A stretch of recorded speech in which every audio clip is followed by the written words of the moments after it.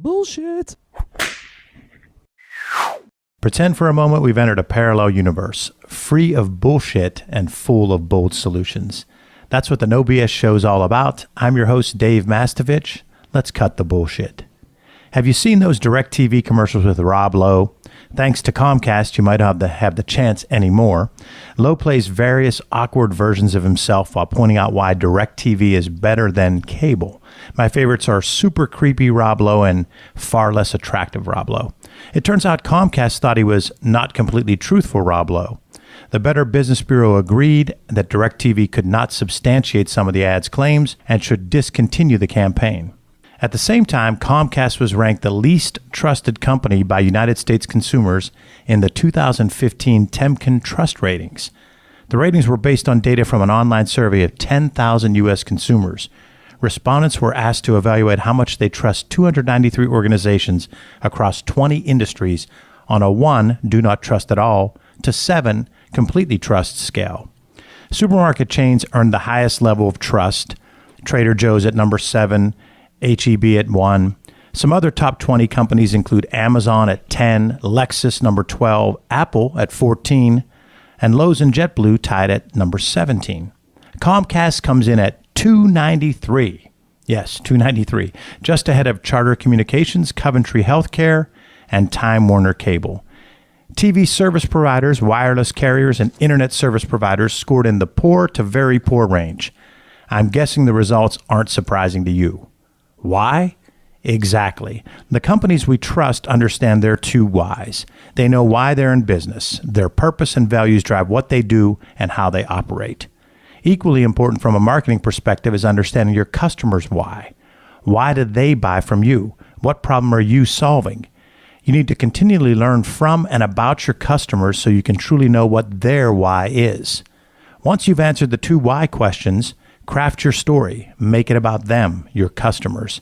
Use client testimonials, case studies, and success stories to show current and potential customers how you can truthfully solve their problems. Meet their needs when they do buy and thank them formally and informally. You'll gain their trust and their business. Our guest today is Loriann Putzier, co-founder and president of IntegraCare Corporation, which operates and manages 12 senior living communities in Pennsylvania and Maryland. Loriann, welcome to the show. Thank you. Glad to be here. We're excited to have you. And at this time, I'd like to start off just asking our guests to tell us a little bit about themselves. So talk about your background, your career path.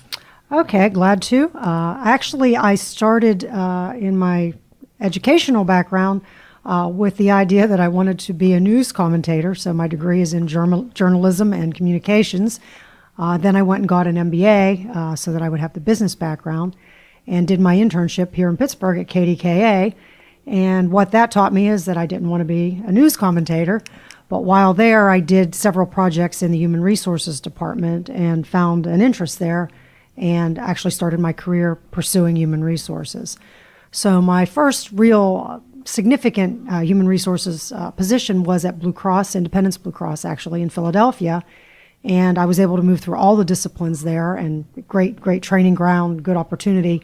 And from that point forward, I worked all in HR positions where I was creating the function in companies that didn't have it. So the ability to kind of learn the challenges of new industries, the workforce of those industries, and then build HR departments from the ground up. And at one of those places, National Health Management here in Pittsburgh, which is a senior living company, I had that opportunity and ultimately moved into the COO position and kind of fostered my love of senior living. And while working there, met Rick Irwin, who is my current business partner. And due to differences in philosophy with the owners there, really just that they were aging and our business needed a reinvestment, which they couldn't see making because they would not realize the returns, we decided to leave and start our own business where we could shape the future of the communities that we owned and operated and make decisions fast enough that we weren't going to be watching life pass us by. And so 16 years ago, we started IntegraCare, and this is where we are today. A lot of stuff I want to touch on, but first I have to go back to, so you started out thinking you'd be the newscaster, and then you did an internship at KDKA, And it was a while ago, so we can talk freely about it. Now, what happened? What made you think it was not for you? Well, I think it was probably a combination of two things. One, that I was somewhat idealistic about what I thought the job was going to be. And then secondly, I reported to Al Julius. I don't know if you recall him or not, but he did a lot of the editorial comments back at that time. And he was notorious within KDKA for not being too nice to his interns, and I was no exception. And my shift was 3 to 11, and I lived in Washington, PA. So I'd get on the bus in Mount Lebanon and head down to KDKA, and then have to go out late at night to head back home. Plus, the job that I was doing wasn't all that rewarding. It was a lot of fetching coffee and making photocopies. And it really afforded me the time to think about, really what I was passionate about, I guess. And I decided that wasn't it. Well, it's interesting because there's a couple of takeaways to that part of the story. The first is how important it is as a leader when you have interns. And we take it very seriously. And that's not to say that we've always been spectacular with our interns. I'm sure there are some that maybe thought we were just okay, others thought we were good, whatever. But there's a responsibility of us as leaders to be a leader with the interns. And I think that was lacking there. The second thing is, in the 80s, 70s, 80s, even into the 90s, broadcast TV still had a stature that they could be so different from cable or radio or even print to some degree, because my internships and my involvement as a teenager with radio was completely different. You got to try everything. But anyone I knew that did the TV thing had the experience you had because it was a different time.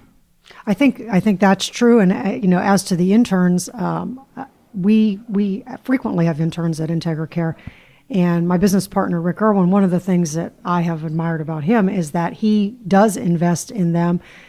We invite them to, meetings of significance, and he educates them on even just business etiquette. When do you have a speaking part? When don't you have a speaking part? And so that there's some decorum and etiquette, and that when they leave the organization, it isn't only about the business itself. It's about the business of being in business and how do you behave. And each time they leave, we always do a download, what did you like about working here and what could we improve? And they all say, I was treated like I was a person. And I liked being in those meetings because their perception of what happens in a closed door meeting and what really happens in a closed door meeting were like night and day, because the door is closed. People think it's some big secret, some huge wisdom that nobody else can have. And the reality is it's just people trying to solve problems. We did the same thing, and a couple of points is we will have our interns go with us to our strategy sessions, which we've done a number of strategy sessions on site at Integra, and I just think that's such a great opportunity for a youngster to, in their senior year or junior year, to go to multiple companies and be there for a couple of hours while everybody's doing what you just said, trying to solve problems creatively. And I think also what makes a difference is we have a fair number of young people in the company who are not that much older than our interns, who have quickly risen to responsible positions. So I think it's a good example as well, as opposed to going to an organization where you see what you perceive to be a bunch of old people thinking, well, what do I have in common with these folks? Right. Where they can get some wisdom from people in their generation. So you start out after the internship there, you end up good background with the undergraduate degree and the MBA. Then you end up in Philadelphia, which I think is a huge market to be in, and you're with Independence Blue Cross. Talk about landing that job, and then tell us a little more specifically about some of the things you were saying about the consulting piece of it.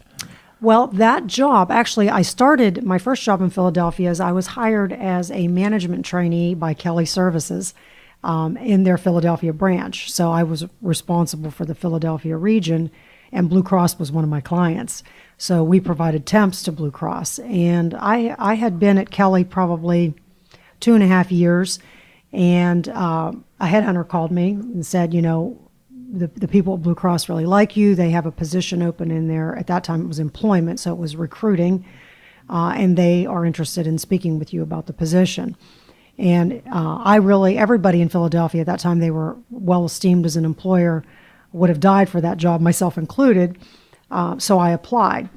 And ultimately what ended up happening was they made me a contingent offer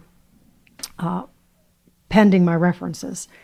And my boss at Kelly Services did not want me to leave, so he gave me terrible references. So they rescinded their offer. And the headhunter did not want to tell me why the offer was being rescinded, but I was relentless in pursuing the answer because it just didn't make sense to me. So finally he said, your former supervisor gave you a poor reference because he didn't want you to be able to leave. And back then I was a pretty fiery temper. I actually drove to his home and demanded that he change the references and give me the references that I deserved and that my performance necessitated. And at first he was unwilling, but then after a couple days, he called me and he said, I want you to know that I have made the phone call. I have recanted the poor references I gave. And Blue Cross did come back to me and offer me the position. And then I spent the next 7 years at Blue Cross working through employment, employee relations. And when I ultimately left there, I was an employee benefit analyst, which was the most technical of the HR disciplines. And they were heavy at investing in terms of the education that they paid for us to get. And I'm grateful for that because it kind of gave me the background that I needed to have a very generalist leadership HR position when I moved back to Pittsburgh. Talk about no BS. Driving to his house. So walk me through this. Try to remember this in your mind's eye. You ring the doorbell, knock on the door, and who comes to the door? He comes to the door. It's 2 a.m. I think about that now and think to myself, I can't even believe Was alcohol involved? It was not. It was not involved. It was a long drive to get to his house. It was a good hour away. But he was, I remember that he came to the door in sweatpants and his hair was kind of disheveled. I think obviously he was asleep. And I blurted everything out before I think he even really fully grasped what was happening, that I'm standing there, that I know he gave these bad references. And the headhunter, the reason he did not want to tell me this was this is exactly what I think he thought I was going to do. So it kind of had, I was thinking to myself after I drove away, this could actually be worse. I mean, I really didn't have any idea that I would even get the job after that. It became about the principal, and in his mind, I was going to stay. So what I did say to him is, whether you do this or not, I am not staying. I will be unemployed before I will come back to work there. And I was fairly young then, and all I could fathom then was telling my father that I quit a job, I had my own apartment, no income, to go to a job that I no longer had. So it was a bold and scary time, I guess. Well, so in today's day and age, though, with your HR expertise, if you do that now, isn't there a legal aspect? Because I know when I'm asked for a reference, I'm very careful. If it's someone that I can't give a glowing one to, I'm careful of how I word things. Well, I think it's generally the rule is, although it's funny, the world has really watered it down. Your greatest defense is the truth. So, you can't defame somebody because maybe you had an opposing opinion of them that really was not related to their performance. But when it comes to the questions being asked about the performance, did they perform the job the way you expected? Did they show up for work? Were their communication skills solid? Those are all objective questions that you can answer, and the truth is your defense. But the world has become, so legal-minded that there's just a tendency to not want to answer those questions just to not put yourself at risk, on the fear that somebody might come back after you. I had a person that I was close to hiring, and I couldn't reach 2 of her 3 references, so I didn't hire her because I thought of what you just said. I thought they didn't take 3 calls because they don't want to say that they can't give a good reference. Yes. And that was enough to clinch it for me. Actually, I had one discrimination complaint here in Pittsburgh, and it was basically predicated on a reference check. It kind of blossomed into other things. And what I just said to you is what I said to the fact finder when we went to the arbitration. And he reinforced it. He said, the truth is your defense, and there is nothing wrong with, and he looked at the person who was filing the claim and said, there is nothing wrong with what they have said because they are able to substantiate every one of those points. So it's as long as you have the objective data to back up what you are saying on a reference check, you are fine to speak the truth, basically. Well, I had a friend. I have a friend. He's still a friend, but early in my career, he was a career coach, and he just said to me, "Let me do something for you." He said, "Who you're?" I was moving up in the ranks. I had a VP job here, went to another VP job here, and he said, "You need to know what your references are saying about you." And he asked me to give him 4 references that he would write a letter to, and I called them, all 4 of them, and told them, this person is going to be reaching out to you, and only one of the 4 responded in writing. And what he said was, that's powerful stuff. And one was a lifelong friend. Another was a relative who happened to be an attorney, so I had used him from time to time. And then 2 other ones were people that I had worked for. And one of the 2 that I worked for actually wrote something. The other 3 just blew it off because it took something that's very difficult for most of us to do, is to write something. So they had to write something and put it in the mail. But what this coach was teaching me was, that's a pretty essential thing, is who your references are. And you need to ask them what they would say. So after that, I would go up to people and say, "Hey, if I put you as a reference, tell me what you'd say." And people get uncomfortable, but it forces them, and you can read by their body language whether they're going to be a good reference or not. And if they're even moderately just okay, don't use them. I think that's 100% true. And actually, the opposite just happened to me in the last month.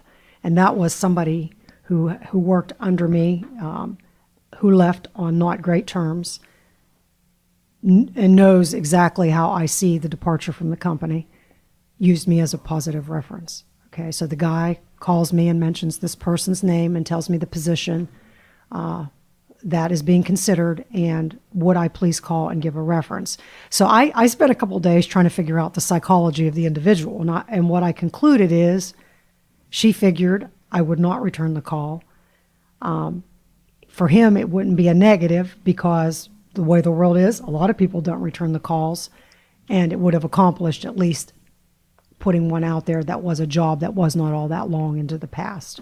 So I think that's why it's all the more powerful to give a reference, and secondly, to your point, to know what's going to be said about you. So with the HR, after the 8 years at Independence, what happened next then? Then I moved back to Pittsburgh. Okay. And I accepted a job at Transitional Services, and they were an agency of Allegheny County MHMR. And I was hired as their first human resources person.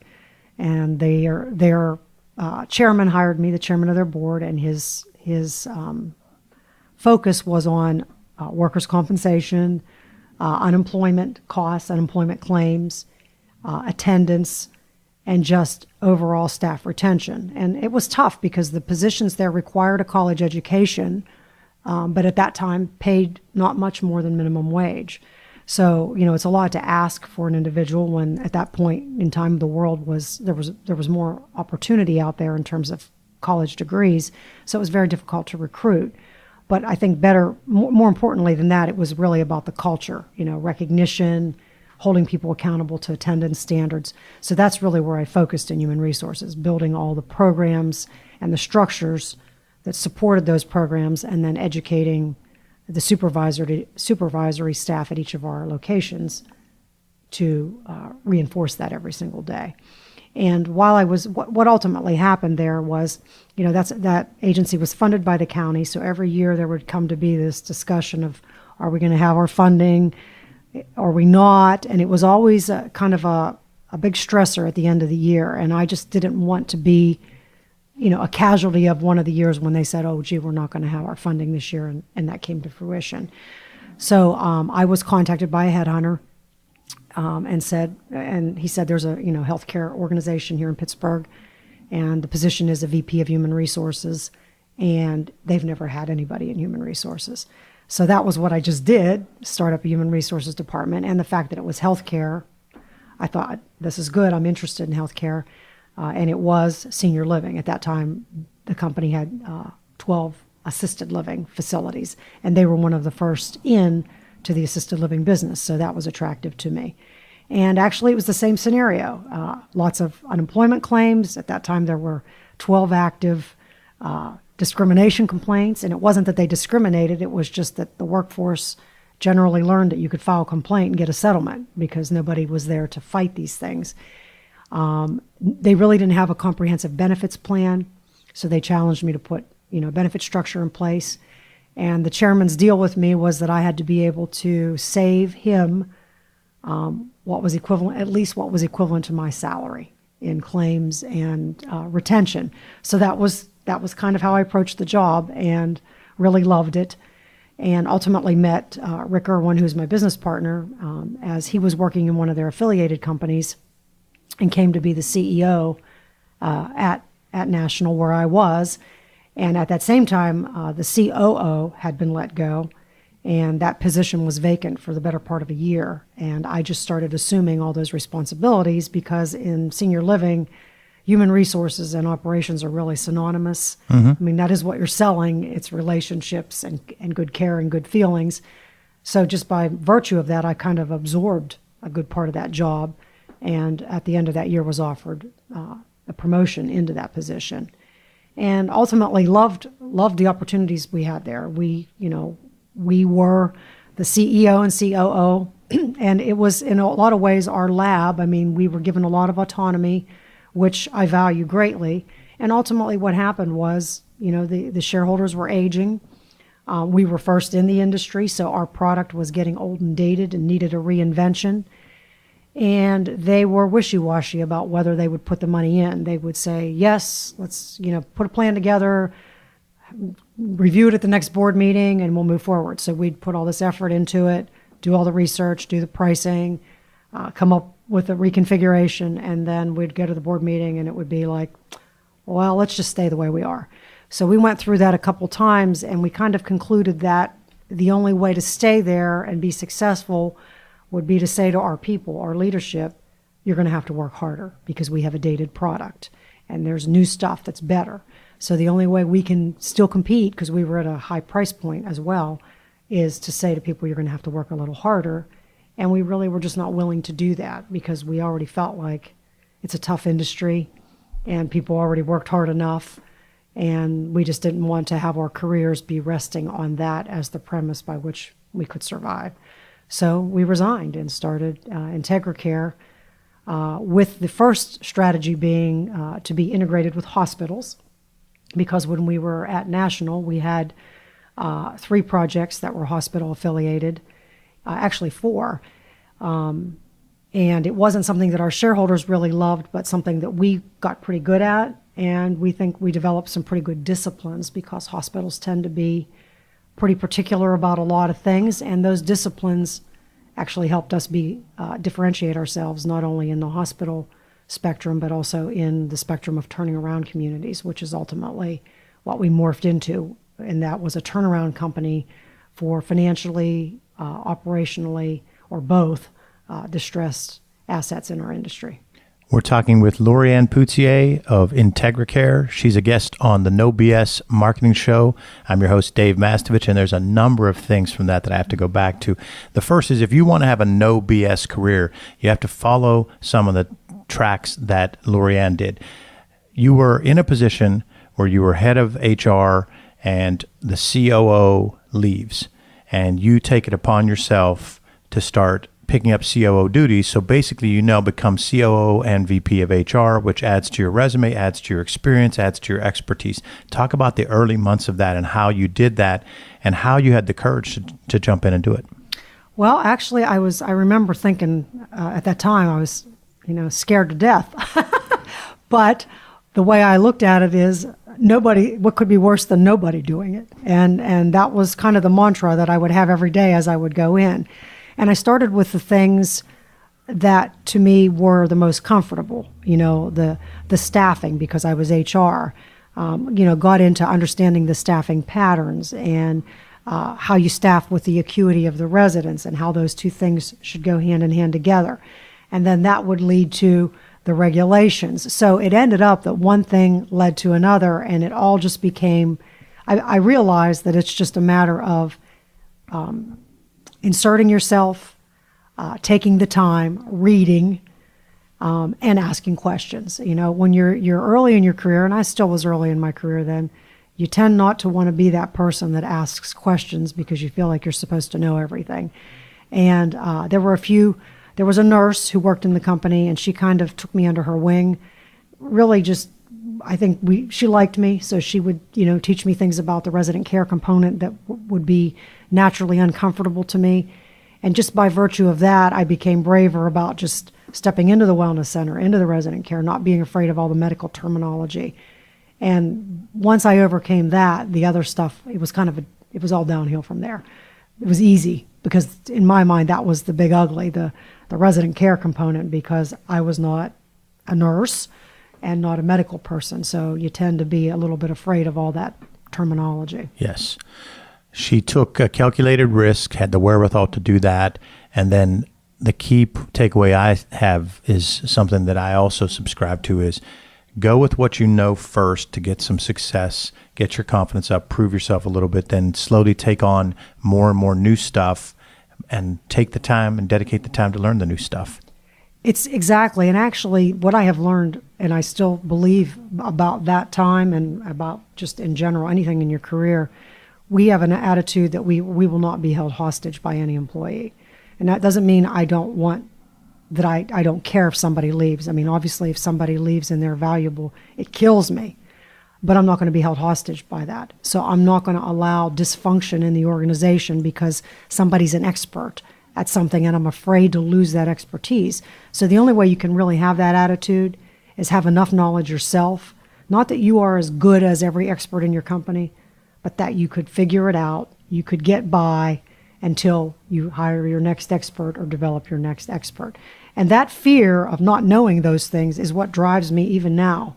Even, when I have great people in the organization, I have a fear of not knowing because I don't want to be in that position because I've seen what happens when you are. I agree. Throughout my career, whenever you hit that wall where you feel like, this person's valuable and it's not working. And then you go through this, those 6 stages of death you go through because you go through this regret, you go through this remorse, you get sick in the stomach. But then when you pull the trigger, there's kind of almost like a euphoria. I think that's true. And it's just some of the best times in my actual job now where you have to step in. You already know it, but maybe it's developed since you did it last. So then you have to rise to the next level. But the engagement, the reciprocation you get from people trying to help, the kind of we don't miss a beat that really does occur is an inspiration, and it keeps you moving. I want to move into, I have 2 or 3 other questions, but one that I want to talk about is the unique challenge that you and Rick had back when this term wasn't even known. 93, 94, 95, even 97, 98, the term assisted living was still a barely recognizable term. So talk about those early years when you were doing something that was completely new and trying to convince people this wasn't a nursing home. Actually, we still struggle with that. I mean, even in the modern day with all the education and media attention to assisted senior living in general, you would think it would be further along. But back then, I don't even think I knew what it was. I mean, I took that position, and one of the things we did for orientation was if you worked in the home office, you had to go to a site and you had to live in the site and you had to work in every position. And that was so that you had a respect for what the caregivers did. And they sent me to a site in Maryland. It was one of their troubled sites. And I stayed in a resident room. And I remember that I was laying there on a plastic mattress with a plastic pillow. And the lady next door in the room next door didn't want to be there. And all night long, I just heard this lady saying, I want to go home, I want to go home, I want to go home. And I remember thinking that maybe this isn't a good company. Because in my mind, how could this poor lady be here, somebody leave her here and she doesn't want to be here, when I've come to learn that, people don't come looking for assisted living. It's a need-driven business. Adult children typically make the decision, and the senior who's moving in really doesn't want to move in. They want to stay in their home. So for us, the way we educate is it's really about the story. You have to be able to relate to the adult-child decision maker, and that could be the referral source decision maker, your physicians, your discharge planners, your social workers, or the person placing the resident, which would be adult daughter, adult son, trusted friend, trusted advisor. And you have to have enough of a connection that you are able to build the rapport and start that education process, which is really who we are, what we do, what we can do, and what we can't do. And really how you define what is assisted living is by virtue of having those conversations, because otherwise everybody's chalked up to skilled care. I mean, I even have close friends, when they'll introduce me, they'll say, oh, she's involved with the skilled nursing facilities, or she's involved with the nursing homes. And it used to just infuriate me, because I would think, how many times have I said this? It's not what I do. But I just let it go now, because I realize it's not just people that are in my circle of influence. It's kind of a universal thing. So then I take the opportunity to share a little bit about what I do and how it's done, and people then begin to see the difference. But if you asked them afterward, what does she do? They probably still say the same thing. Yes. Nursing homes. So that was a struggle. The second thing I want to talk about is something, because we met when National Development began working with a healthcare system that I was a part of as a vice president, and I was involved with a lot of the outbound services and ancillary services and strategic planning and so forth. So I had the chance to meet you and Rick and work with you. So what I want to talk about here is a theory that you guys had that was a sound business philosophy. It worked to a degree. In theory, it looked like it would work way better. And you and Rick were able to realize that this can't be the full business model, and you shifted. And the cliche term that happened in about the 2008 election is when I remember this word becoming hackneyed and used 1,000 times, but you pivoted. That's a BS term in my world, but I'll use it on the No BS show. You and Rick were able to pivot from this. So let's talk about how you had this game plan that you'd go out and talk to the CEO of a community hospital and say, hey, you have this nonprofit that you can get the land, you can build the building and everything. Nonprofit's good for you. We'll manage it for you. You pay us a management fee. Everybody wins. And you'd go out and work with healthcare systems to help them build and operate their assisted living facility. When I met you, that was going to be your model when you started IntegraCare. It worked, but yet you also had to pivot. Talk about that. Well, there were a few things. The first, probably the most primary, is that hospitals generally take very long to make decisions. So, we would have done, a feasibility study, all the demographics, multiple committee presentations, various iterations with the board, and it would be tabled. And then it would be, revitalized, a year later, let's look at it again. So we would have multiple projects in this kind of strange cycle where we'd feel like it was a great prospect, but yet we couldn't get it to move beyond a certain point. And so our first realization was that we couldn't build a company fast enough to attract really good leadership, because hospitals take too long to make decisions. Secondly, and it became more paramount than even the first thing, is the CFOs that we worked with did not see senior living as part of the core business of the hospital. In their minds, they were in the reimbursement mode, number one, and number two, senior living was not saving lives. We weren't saving lives. We were, in their minds, senior housing, and why should the hospital be in the senior housing business? So the CFO is a pretty powerful player in the hospital world, and so we'd find many times that we were thwarted at that level. Now, we didn't always know that that's what was happening behind the scenes, but then, when it happened time and time again, we began to realize that we weren't getting support at that level. And then I think finally, the whole world of hospitals began to change. There was consolidation. Here in Pittsburgh, UPMC purchased so many of the hospitals, and the world started getting smaller and smaller. And so a lot of the community hospitals were really fighting for their very survival. And in their minds, senior living was not a part of that. Although the way we saw it, it could have been an integral part of that, because especially in this area, the senior population, especially adjacent to many of those community hospitals, was pretty phenomenal. But they, the CEO, the leadership of the hospitals at that time just really were focused on, the surgical unit, a number of people in inpatient, OBGYN, admitting physicians, those types of things, and senior living was low on the totem pole.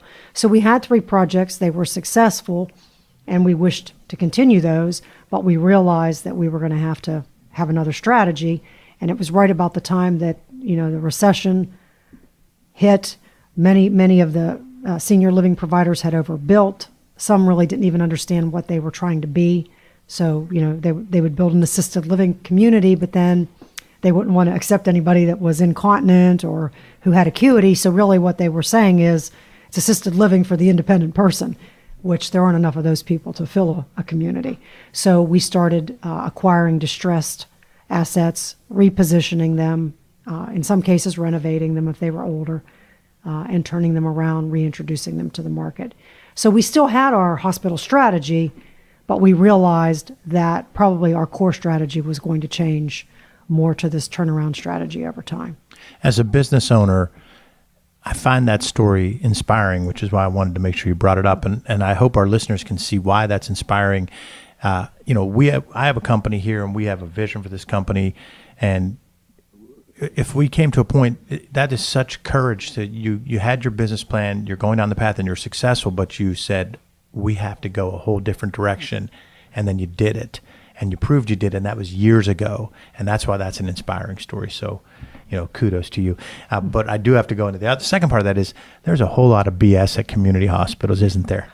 There is indeed. So my next question is typically, we've all seen it, or should I say smelt it, BS in the workplace, and I asked for an example, and you're welcome to give yours, but I just want to talk about one about community hospitals. In the 90s when you were doing this, okay, here's why it's just BS. In the 90s, in Western Pennsylvania and Maryland, where you were looking at hospitals in West Virginia, most community hospitals were at break even, -1%, -2%, -3%. If someone was at a +1%, that was a big deal. And you guys could come in and do an assisted living community, and that hospital could take away a couple $100,000 of profits just from that. And when you're a company that's at break even or -1%, $250,000 is significant. And so it was just BS that the community hospitals didn't bite. That's just my opinion, but chime in. I think that becomes because generally the environments were autocratic. So it was top-down management, and our company, but also more common in our business, even at that time, was more of a flat organizational structure predicated on collaboration. So we would enter their world thinking we're entering the world of collaboration, and we weren't. We were a vendor. And it took me a long time to see that. I wanted to believe that we'll work hard, we'll prove ourselves, this thing will make money, they'll be serving their own market, therefore seniors aren't going to UPMC land, for example. They're going to stay within the system of the market. But the truth of the matter is, in their world, we were still a vendor. Maybe a vendor that lasted longer than other vendors, but a vendor nonetheless. And so once we came to that realization, we still set out to do a good job. And for me, what we learned from them was a lot of discipline that we didn't have about the physical plant. That hospitals are very particular about, the look of things, the way it's maintained, the landscaping, the order of the way things are produced in terms of reporting. Well, we had all those things, but we had to really crank them up a notch to work with hospitals. And at the end of the day, we've attracted investors, lenders, and actually even employees because we have some of those disciplines, because there are things that other companies like us or our size do not have or have not invested in. So I'm grateful for that experience primarily for that reason. It kind of taught us a level of accountability that we put on ourselves that we probably would not have had. That's really good insight, because in fairness, there's a lot of good being done at those community hospitals. I don't want to imply that that's not the case, because they are doing things well. And I agree with you. Some of those community hospitals you can walk into and it's like you could almost eat off the floor if you had to, but they didn't have the vision to expand beyond that in the time when you were talking. And maybe they've been picked up by UPMC, or maybe some have survived and stayed on their own. So do you have another BS in the workplace you want to talk about? Is there a favorite story that you have? Yes, I have it's interesting because it's a common thing now, but the concept of telecommuting, I think, is total BS. We have right now a current experience that we're going through, and it really, for me, has set this home.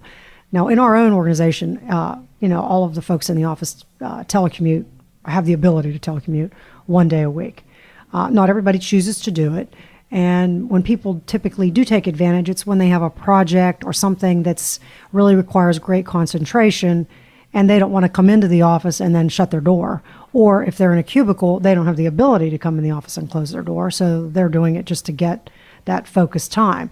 That's not what I'm talking about. I'm talking about the world of, the virtual office. There is no office location, and we have all these people and they're telecommuting and we're great. Well, the reality is, one of the greatest satisfiers of work is the collaboration, is the connectivity. And one of the things that I think makes our company what it is the camaraderie. And, there's a joyousness about work. There's, a great sense of humor among all the people that work in the office. There's a great sharing. And so when we're working on a program or a promotion or even our vision, having all those folks and being able to say, let's go to the conference room, let's talk about this, is entirely different than connecting everybody up to a go-to meeting or a webcam when they're doing 8 other things at the same time, expecting that you're going to get the same result. But we've had many people that we valued in the company leave the company because some other employer offered, and what they'll tell us is, well, they said I can work from home.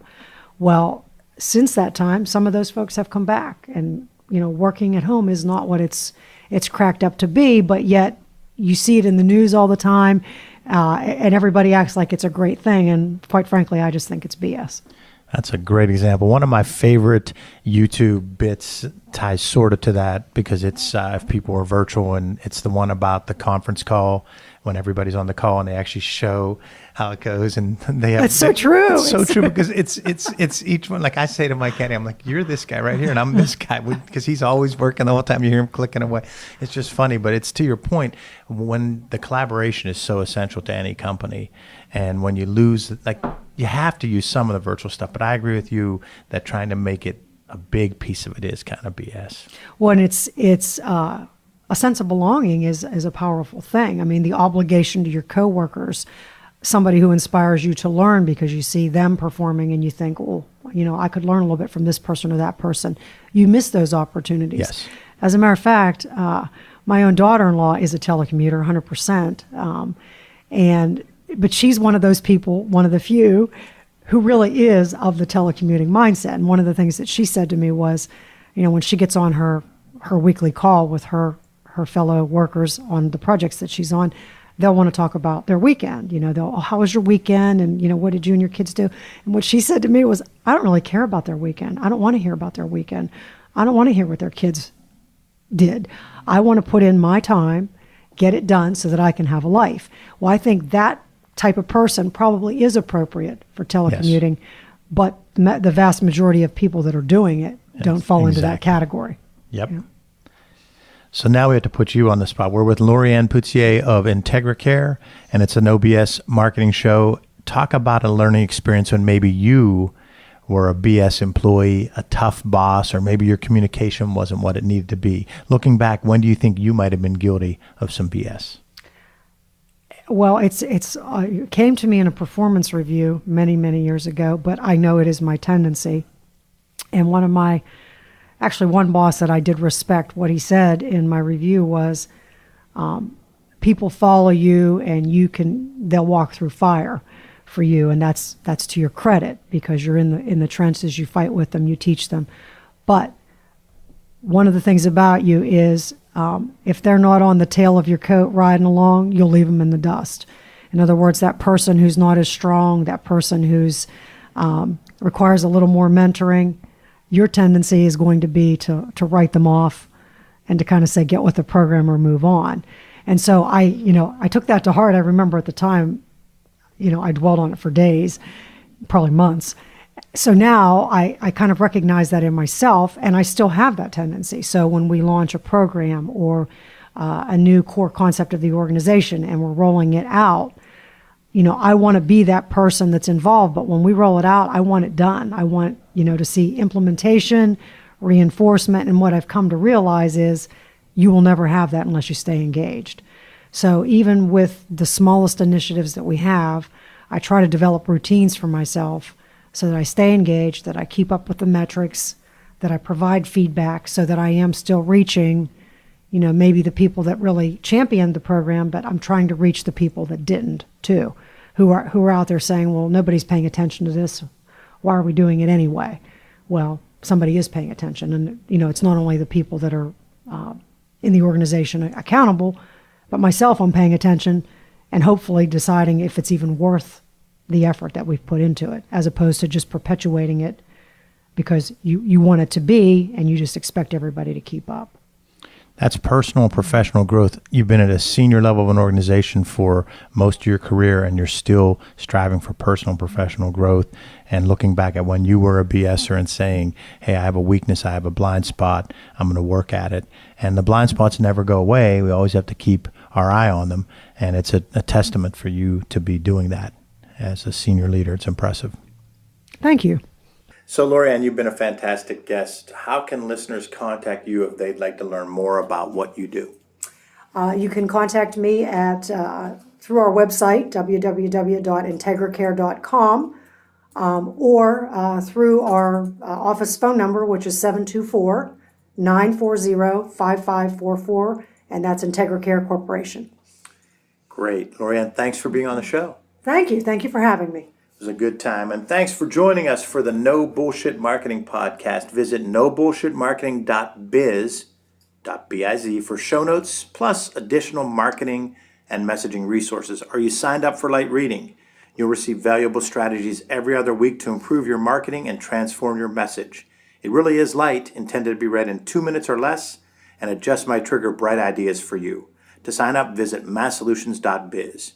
Remember, ask yourself, what's the big idea? And build your story around the answer. It's all about bold solutions